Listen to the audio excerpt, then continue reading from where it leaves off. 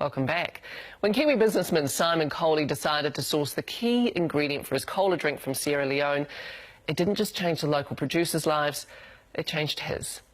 The West African country is probably best known for blood diamonds and the use of child soldiers during its brutal civil war. But for Simon, it's a place whose people have captured his heart. Now, warning, this story does contain some confronting material. John Hudson reports. There's no electricity there. They get up in the morning when the sun comes up and they go to bed when it gets dark. Their floors are dirt. It's pretty primitive, but they look after each other. You know, they have a really strong community spirit. I like going there. I like seeing these people. Simon Coley is back in Sierra Leone. Where's your hair gone? You're like me now. Back in Boma village to visit the people of Tiwai. Every time we go, there's dancing. And this time there was a young woman dancing with an orchestra of sort of chanting and drums, kicking up dust and doing these kind of whirling dances. It was fantastic. Thank you for making us feel so welcome here. Simon is one of the founders of Kiwi drinks company Karma Cola. 5 years ago, I never thought I'd be standing in this place talking to all of you about what we've managed to do together. In 2011, they struck a deal with the people of Tiwai This is where the jungle probably starts. to buy a bag of cola nuts harvested in the nearby rainforest. It's a tricky business. So there's two ways of harvesting cola. Either you use a very long stick, or you climb up a tree and use a very long stick. The nuts grow in pods high up in the canopy. Give it a shove, that's it. They're encased in a protective white pith. It's quite sweet. And then it gets bitter as you chew it more. In Sierra Leone, cola is symbolic. They use it to socialise, to greet each other, in naming ceremonies, and it's a folk medicine. We say he who brings cola brings peace. He who brings cola brings peace. Yes. It's the peace nut. Yes. Fantastic. And these people certainly know the value of peace. For 11 years, Sierra Leone was racked by civil war. About 50,000 people lost their lives, some at the hands of child soldiers forced to fight for the rebel army. They started to grab our children. They took them away. They raped our wives in front of us. They killed our brothers and sisters in front of us. It's not easy to talk about or to hear. The rebels were told to do things like choose one or two people in the village and they would be harmed. They'd have their arms chopped off. It was so horrible. We had to flee into the forest. They took what they could, but when they returned, their villages had been burned and their farms ruined. It was a complete setback. There was no money, so it took a time for us to get back to normal life. Today, the cola is helping them recover. Like 2 bags of cola nuts, that can bring in some good cash that I can take care of my family. So our lives rebuilt again. We survive. Well, we needed the original ingredient. We couldn't really call it Karma Cola unless we used the real thing and it was benefiting someone that was growing. It was fair trade entrepreneur Albert Tucker who introduced Simon to the people of Tiwai. We said, look, we're trying to find some cola. We know it comes from West Africa. You're in Sierra Leone.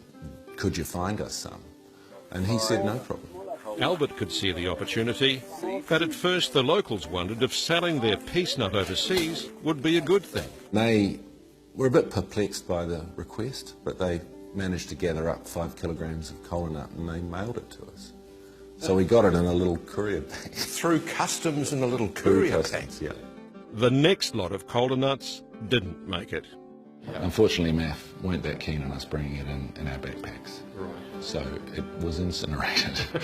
They had to come up with a more effective way of getting cola through border security. So plan B was what? Plan B was vodka. Ah, why not? The vodka sterilises it and makes sure that nothing other than cola arrives in the country. The vodka is evaporated off before the nuts are thoroughly washed to ensure an alcohol-free product. For the people of Tiwai, selling nuts to Kiwis has been life-changing. We sent them a box of 15 bottles and they were amused. They tasted it. They'd never tasted anything like that before. Then 6 months after that, we sent them a cheque. And the cheque was for about $10,000 US. And that's when they started taking things slightly more seriously. Before Kamakula come, no motor vehicles could enter Boma because there was no bridge. When Simon arrived at Boma village, there was a surprise waiting for him. They were standing on a bridge that had been built with the proceeds of that first About Us sales. We had a few simple rules we put around the use of the money.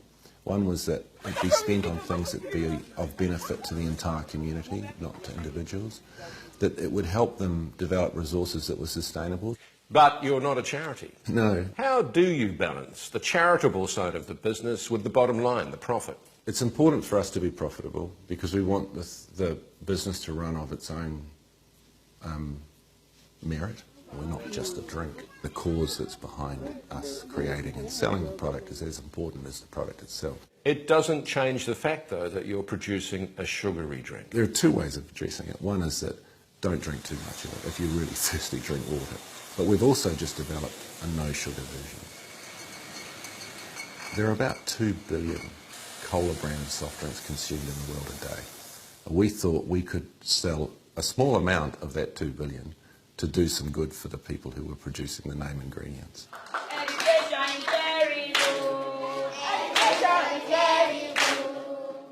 After the break, Girls tend to get the raw deal. changing the life of a former child soldier. Umu has this incredible resilience. If there's anything we can do to help her get ahead, we should.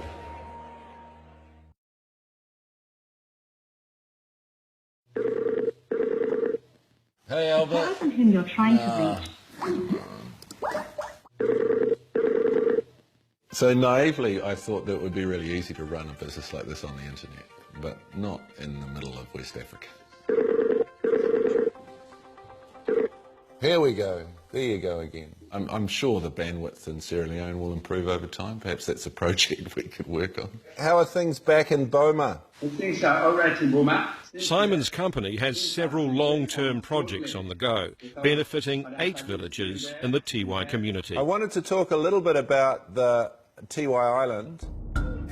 Tiwai Island is a wildlife sanctuary on the Moa River, a prime destination for eco-tourists. Hindu was considering some tourism efforts that might help bring people to the area. When we were last there, that jetty was a bit wobbly. Yes. I don't remember there being a jetty, I just remember jumping in a boat from the mud. The rainforest is such a rich environment to travel through. I think it'd be quite exciting to take people there. They can all benefit from accommodating and guiding tourists around the area. Which is home to the rare Diana monkey. But at the moment, the guides need to be guards as well. It's because the poachers come to the island and kill some monkeys. It's hoped they can eventually convince those poachers to swap hunting for gamekeeping and a share in a sustainable future.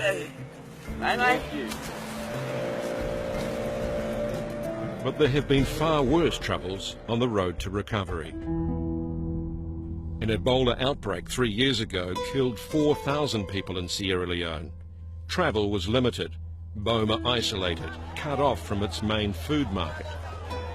A couple of women volunteered to lease motorbikes and drive into the market. And they petitioned us and we said, why not? Microloans from Simon's company enabled new trade to flourish.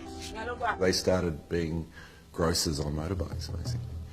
And they set up little stalls outside their houses, and now there's probably 10 of them doing that. It's helped the local community and given them work. And the help doesn't end there.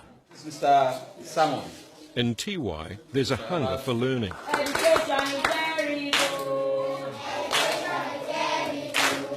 But it's not always available to everyone. Traditionally, the kids that get educated are the eldest sons. Girls tend to get the raw deal. So they set up a scholarship program for female students.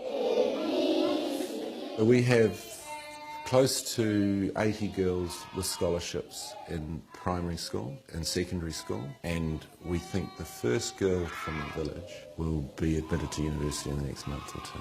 Education give woman independence. At an Auckland photographic exhibition featuring the people of Tiwai, money is being raised for another young woman's tertiary education. Umu is 24, a former child soldier, abducted at 5 and sexually abused from the age of 6. When she was raped, one of them said, "Now you are going to be my wife." She told them, "I'm not the age to be a housewife. My intention is to go to school." She's a kid that suffered from the hardship of a 10-year war, lost her family, and now wants to try and even the school by becoming a lawyer. They raised $7,000, enough to pay a year's tuition fees for Umu. She's symbolic of the kind of thing that we could do as this endeavour progresses. How do you feel about these people now that you've experienced so much with them? It's not often someone from my background gets to have the experience of living amongst, people that have been through the kind of hardship that Umu and Hanawara have. So, whether I like it or not, I'm there for the long haul. They're a part of your soul? You could say that. And they carry everything on their heads in West Africa. So if you go to market, this woman's got her handbag on her head. Wherever he goes. Hello? How many languages do they speak? Simon is keen to share his experience of Sierra Leone. Yes? Do they have whiteboards like we do? No, they don't. They have old blackboards with chalk. And here at Green Bay Primary, the Kola cultural contact is catching. I was thinking, wouldn't it be cool if our class connected with the class over there and we learned from each other? It's very dry today, isn't it? A bushwalk in Piha is a long way from a trek through the Boma jungle. Should we look for some birds, you guys? Once you hear one, they all start up. Simon's partner Jody and daughters Sophia and Lulu haven't been to Sierra Leone, but their dad did set them up with pen pals. They were writing what they wanted to be. Most of them wanted to be nurses because they wanted to help people, or just those kind of jobs because they've been through so much. Would you want to go there? Yeah, I would love to go there, actually. I want to go. But not as a tourist. I'd like to get to know the people and see how they live. I don't want to be one of those stuck-up people who go over there and try and make them live how we do. We had some bitter cola before. Yeah. Very good. What's your end goal for them?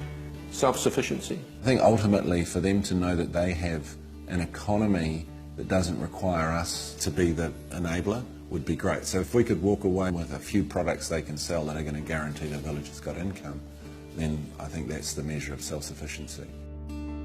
Simon may be in the business of doing some good, but for him, it's the people of Sierra Leone, the survivors, who set an example to all of us. I see in them a really positive outlook for the future, and we can all learn a lot from that. And the beautiful footage of Sierra Leone in that story was shot and directed by former Sunday producer Phil Prendeville. Now, if you'd like to help Umu achieve her dream of becoming a lawyer, just go to our Facebook page for details.